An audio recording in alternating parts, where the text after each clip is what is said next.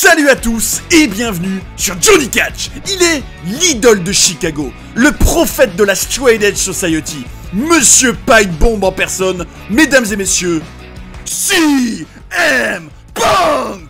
Souvenez-vous, dans les parties précédentes que je vous invite à aller voir parce qu'elles étaient vraiment passionnantes, il nous parlait pour la première fois dans un podcast légendaire avec Colt Cabana qui a eu lieu en novembre 2014 et qui avait fait un buzz colossal, des raisons qui l'ont fait quitter la WWE quelques mois avant, et d'anecdotes croustillantes avec Vince McMahon, Triple H et même Ryback qui l'ont mis au bout du rouleau.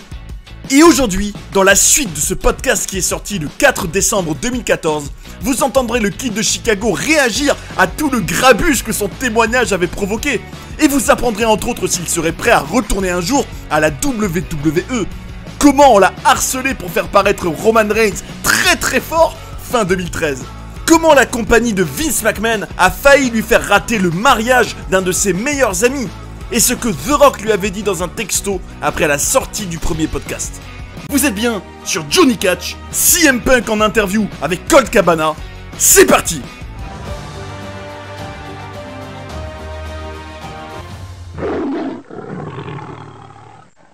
On nous a envoyé des milliers d'emails pour ce podcast, c'est incroyable! Je pensais pas que ça ferait un tel ramdam. Je voulais juste te raconter mon histoire. J'ai été viré le jour de mon mariage.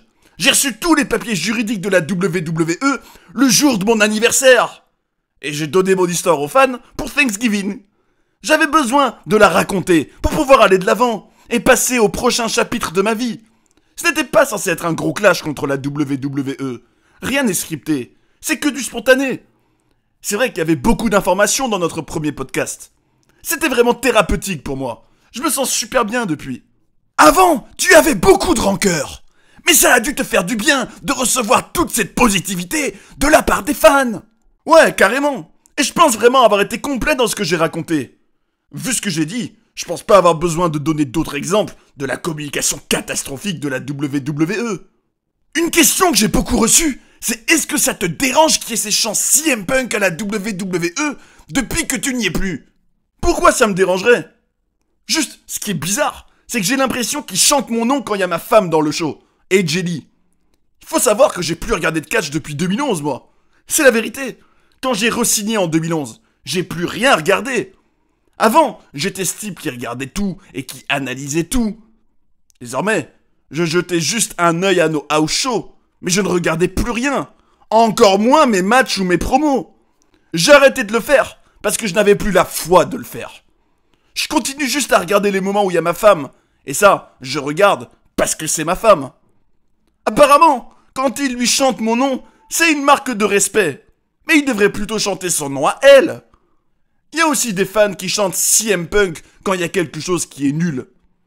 J'ai vu des gens dire qu'il fallait pas chanter mon nom parce que je suis parti et que je les aurais abandonnés parce que je suis un traître, blablabla. C'est stupide.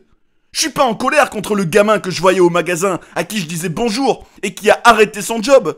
Je vais pas le suivre dans la rue en lui disant que c'est un traître. C'est trop bizarre. En tout cas, ne chantez pas CM Punk à des mecs qui se donnent corps et âme. Mais bon, vous avez acheté un ticket. Faites ce que vous voulez. Juste, ne chantez pas ça à mes amis.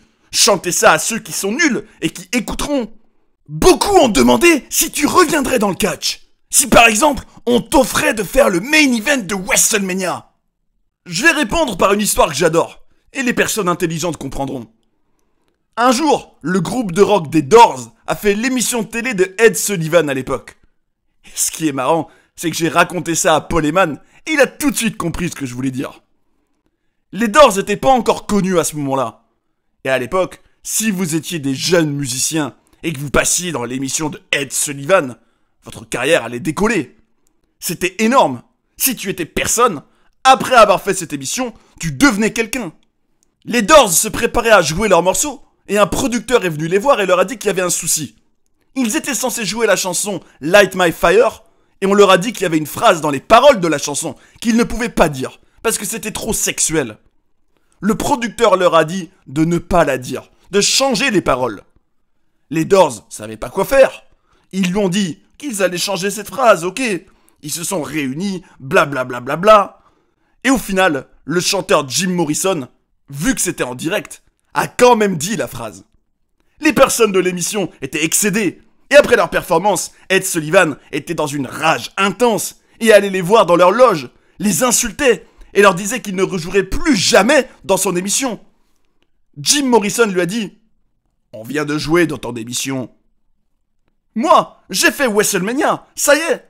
C'est devenu quelque chose qui est associé à moi maintenant, l'idée que j'aurais dû avoir mon main event de WrestleMania.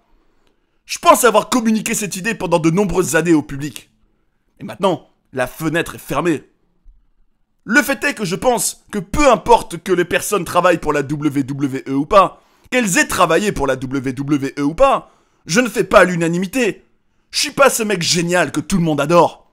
Je pense qu'il y a beaucoup d'hypocrites dans la WWE qui veulent prendre la parole et me dire d'aller en enfer, me clasher pour bien se faire voir de certaines personnes qu'ils croisent dans le couloir. Je pense qu'il y a des personnes qui travaillent à la WWE, qui ne peuvent pas dire ce que j'ai dit, qui aimeraient bien le faire, mais se sentent oppressés. Tout le monde dit que tu retourneras un jour à la WWE, que tu ne pourras pas dire non à leur argent. Faut jamais dire jamais. Certains disent que j'y retournerai quand je serai fauché et que je serai arrivé au bout des 20 millions de dollars que j'ai. À l'instant T, en tout cas, en décembre 2014, je suis pas du tout intéressé par un retour à la WWE. Depuis que j'ai quitté la compagnie, je suis plus le même, niveau apparence, niveau stabilité mentale. C'est comme après mon match contre l'Undertaker à WrestleMania 29. J'avais eu mon premier break de ma carrière à la WWE. Ça avait duré 2 mois. Au début, j'étais fracassé physiquement. La première semaine et demie de ce break, je pouvais même pas marcher. Donc je pouvais même pas prendre du repos. Mais je devais faire de la rééducation. J'avais eu l'appel de Vince McMahon qui me disait « Hey, j'ai besoin que tu reviennes, gamin. Il y a bientôt le pay-per-view Payback. » Moi je disais que je voulais pas revenir avant au moins SummerSlam. J'essayais encore de décompresser. Rajoutez à ça une année de plus de soucis, de mensonges, de mauvaise communication. Et vous avez où j'en suis aujourd'hui. Mais dans le ring, tu n'étais jamais heureux. On sait tous que j'ai pas aimé travailler avec Ryback. J'en ai déjà parlé. On m'avait dit que je retravaillerais plus jamais avec lui. Et finalement, j'ai dû retravailler avec lui. Je me suis reblessé. Après ça, je travaillais avec la Wyatt Family. Et c'était super de travailler avec eux, parce que c'était fun et que c'était facile. J'avais l'impression de pouvoir les coacher tout en m'amusant en même temps. Ce qui est censé être tout le but de ce business à la base. Mais ce business n'était plus fun pour moi. J'étais en lambeaux. Quelqu'un dans les bureaux de la WWE doit avoir les images de tous les shows non télévisés que j'ai fait. Vous avez qu'à les regarder. Quand j'étais avec Daniel Bryan dans le ring contre d'autres, et que je savais que j'avais du temps pour souffler, regardez comme je me recroquevillais dans le coin du ring, et comme je devais me dépasser physiquement, parce que je savais que ça allait être mon tour. C'était de la folie. Puis, je devais travailler avec le Shield dans des shows non télévisés. C'est là que je me suis vraiment dit que je ne m'amusais plus. Un soir, j'avais pris un gros bump. Il y avait ces 3 nouveaux gars du Shield qui avaient les crocs. J'étais par terre dans le ring, je regardais les lumières et je me disais « Qu'est-ce que je suis en train de faire de ma vie ?» Ça me fait rebondir sur une histoire marrante qui vous fera comprendre comment ça marchait à la WWE, pas longtemps avant que je parte. J'avais ce pay-per-view là, sûrement TLC. Mon pote CJ allait se marier. J'avais dit la date à la WWE 8 mois avant. Et je leur avais dit que mon ami se mariait ce jour-là, et que c'était hors de question que je rate son mariage. L'officiel Michael Hayes m'avait dit « Mais c'est un jour de pay-per-view ça !» J'avais dit « Ouais, bah tu vas devoir parler à Vince McMahon. Là, moi, je te le dis. » Je leur avais dit qu'ils n'avaient pas vraiment besoin de moi, que je n'étais plus champion. J'en parle à Vince, j'en parle à Triple H, j'en parle à Michael Hayes, qui est celui qui fait le booking des shows non télévisés. Ne me demandez pas pourquoi c'est lui qui fait ça, parce que j'en ai aucune idée. Je leur dis chaque mois qu'il faut que je sois libre ce jour précis. Pourtant, on me donnait un planning chaque semaine, et à chaque fois, je voyais qu'ils me mettaient toujours pas ce jour libre. Je leur disais, non, je bosse pas ce jour-là, corrigez ça. Mon pote CJ se marie, et je raterai pas son mariage. Un mois avant cette date, ils me disent que je vais affronter le Shield à TLC. Je leur dis, non, je vous ai déjà dit, je sais pas combien de fois, que j'avais un mariage. J'ai déjà raté je sais pas combien d'anniversaires, de mariages, d'enterrements. Je vais pas rater le mariage de mon poteau, c'est ridicule.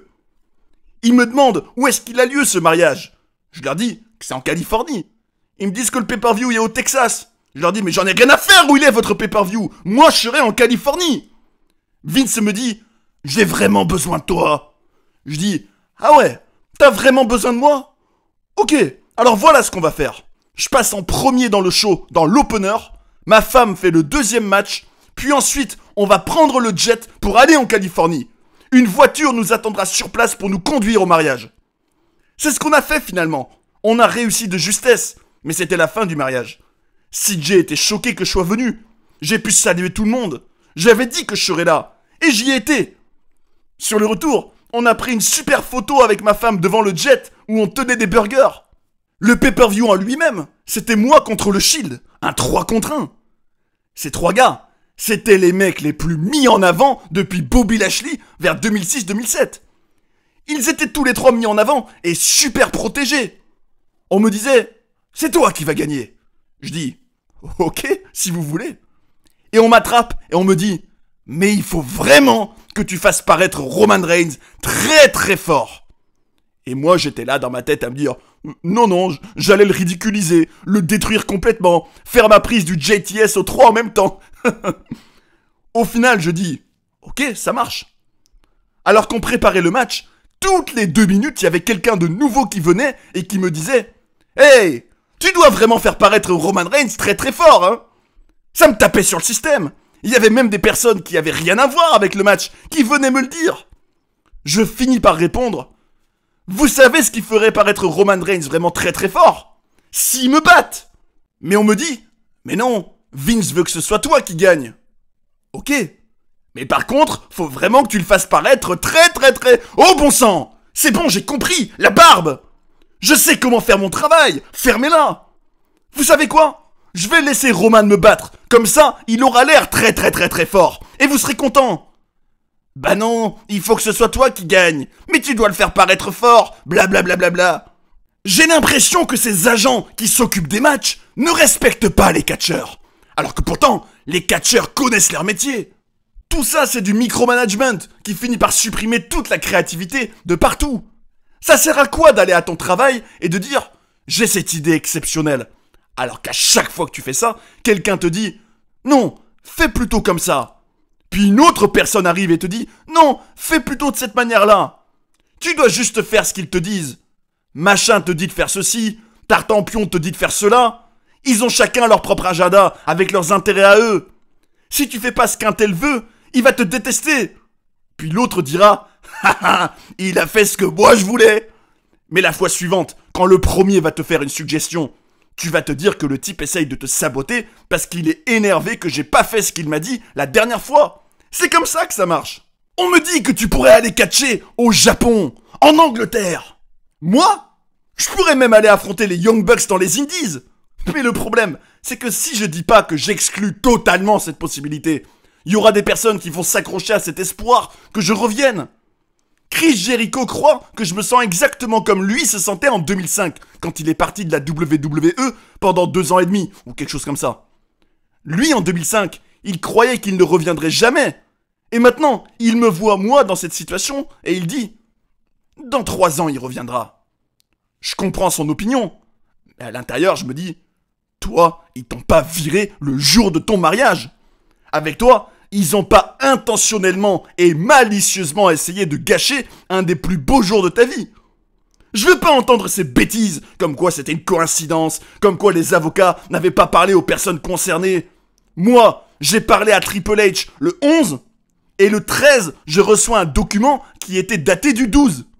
Ma femme avait demandé à avoir des jours de libre pour pouvoir se marier et aller en lune de miel. Le week-end après sa lune de miel, elle était de retour à la télévision. Bien sûr qu'ils étaient au courant que je me mariais. Une coïncidence? Mon œil, ouais. Et aussi, si les excuses de Vince McMahon pour cet incident pendant le Stone Cold podcast étaient vraiment sincères, ils se serviraient pas de ce passage pour en faire la publicité. Ils ont mon numéro de téléphone, ils ont mon adresse. Ils peuvent envoyer un message, ils peuvent m'appeler, ils peuvent venir chez moi et venir s'excuser comme des vrais adultes. Voilà la réalité. Voilà ce qui s'est passé, messieurs, dames. J'étais en mauvaise santé, j'étais flingué et je suis parti. Et je peux faire ça parce que je suis un travailleur indépendant. Puis j'ai été suspendu Et personne ne m'a contacté après ma suspension pour me dire que je n'étais plus suspendu et qu'ils avaient besoin de moi pour Monday Night Raw. Et pourtant, je les avais eu ces appels comme quoi ils avaient besoin de moi le lendemain de mon opération au coude. Pareil, le lendemain de mon opération au genou. À ce moment-là, ils avaient pas peur de m'appeler. Alors il était où cet appel pour me dire que je n'étais plus suspendu alors, hein? Je suis suspendu? Ok, bah peut-être qu'après cette période de suspension, je me sentirai mieux et je reprendrai mes esprits. Mais non, personne n'a jamais rien su.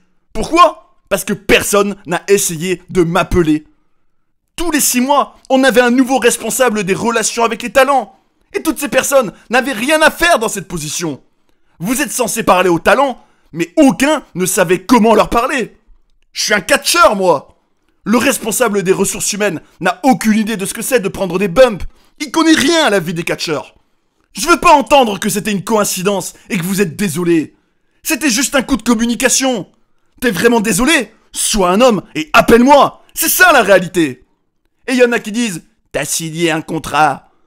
Vous devez comprendre que ces contrats ont encore moins de valeur que le papier sur lequel ils sont imprimés. S'ils valaient vraiment quelque chose, on serait pas allé jusqu'à signer un accord juridique.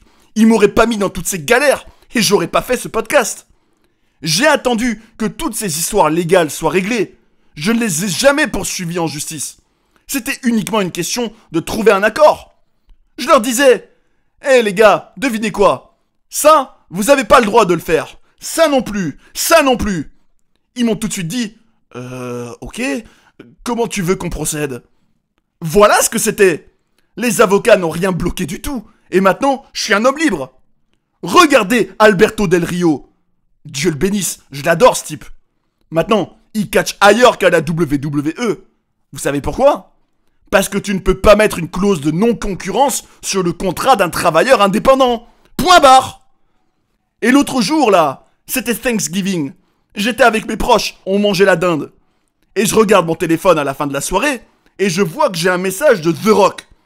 Il me met un texto, il me dit « Je viens de checker mon compte Twitter, et tous tes fans sont en colère contre moi. Qu'est-ce qui s'est passé ?» Je lui ai répondu « Ah, j'ai fait ce podcast en expliquant pourquoi je suis parti. Je pense pas que j'ai dit quoi que ce soit de négatif sur toi, mais j'ai probablement parlé de comment c'était de bosser avec toi. Et de comment je voulais continuer de bosser avec toi pour pouvoir faire le main event de WrestleMania. Je pense que les fans sont excédés que j'ai perdu le titre contre toi. Mais je t'ai pas clashé. Et ça va, The Rock était cool par rapport à ça. Mais c'est ça, la passion des fans de catch. Dans la prochaine partie, vous apprendrez la vie tranchée de CM Punk sur les excuses de Vince McMahon pour s'être fait virer le jour de son mariage.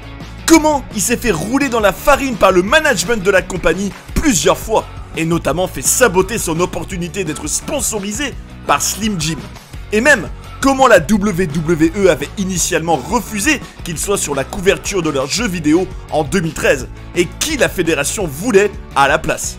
Mais aussi, comment il a failli avoir un match contre Stone Cold Steve Austin, et l'échange incroyable qu'il a eu avec Triple H en coulisses avant que ce dernier le batte à Night of Champions en 2011. En tout cas, on a pu apprendre plein d'histoires hallucinantes sur la manière dont il a été traité par la WWE quand il travaillait pour la compagnie, se rendre compte de toute cette accumulation de frustration et de manque de respect qui ont fini par le faire claquer la porte de la fédération de Vince McMahon. C'était passionnant.